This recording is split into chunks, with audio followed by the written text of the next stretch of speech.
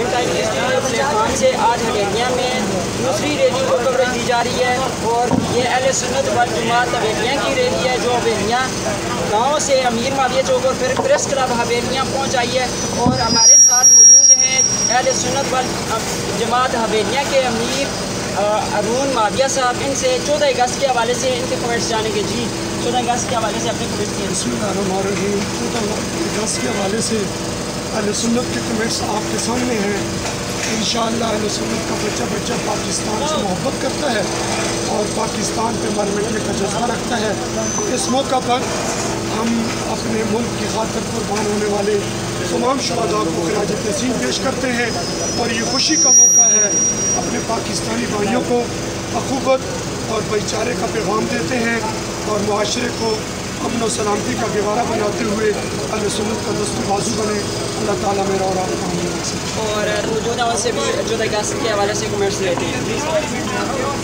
آج 73واں یوم آزادی ہے اور سب سے پہلے تو میں پورے پاکستان اور حویلیاں کو آج کا 73واں یوم آزادی اپنی طرف سے اپنی جماعت کی طرف سے دل کی گہرائیوں سے میں مبارکباد پیش کرتا ہوں. اس موقع کے اوپر ہمیں ان لوگوں کو ضرور یاد رکھنا چاہیے جنہوں نے پاکستان کی تخلیق کے خاکے میں اپنے خون سے رنگ بھرا تھا اور جنہوں نے قربانیاں دی اور پھر اس کے بعد جو لوگ سرحدوں پہ قربانیاں دے رہے ہیں, جو لوگ نظریاتی سرحدوں کا دفاع کرتے ہوئے پاکستان میں مذہبی طبقہ جتنا قربان ہو گیا, ان تمام جتنے بھی سویلین لوگ جو ہے وہ قربان ہوئے, سب کی ہم قربانیوں کو سلام پیش کرتے ہیں, سب کو خراج تحسین پیش کرتے ہیں.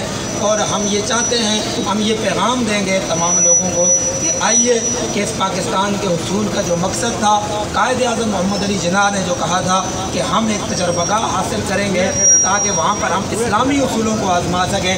آئیے ایک مرتبہ اسلامی اصولوں کو اس پاکستان کے اندر ضرور آزمائیے. جس وقت آپ اسلام کو آزمائیں گے آپ کو پتہ چلے گا کہ پاکستان کیسے مستحکم ہوتا ہے, کیسے اس کے اندر امن آتا ہے, کیسے اس کی معیشت ٹھیک ہوتی ہے, اس کی معاشرت ٹھیک ہوتی ہے. تمام چیزوں کا حل یہی ہے اس یہ ملک جس مقصد کے لیے حاصل کیا گیا تھا اسی مقصد کی طرف اس کو لوٹایا جائے اور اس مقصد کے حصول کو یہاں پر جو ہے وہ نافذ العمل کیا جائے. والسلام. بہت بہت شکریہ صاحب جو اہل سنت والجماعت کے رہنما حویلیاں سے تھے. تو ناظرین ہم آپ کو حویلیاں میں نکالے جانے چھوٹی بڑی ریلیوں سے آگاہ کرتے چلیں گے, ہمارے ساتھ رہیے گا.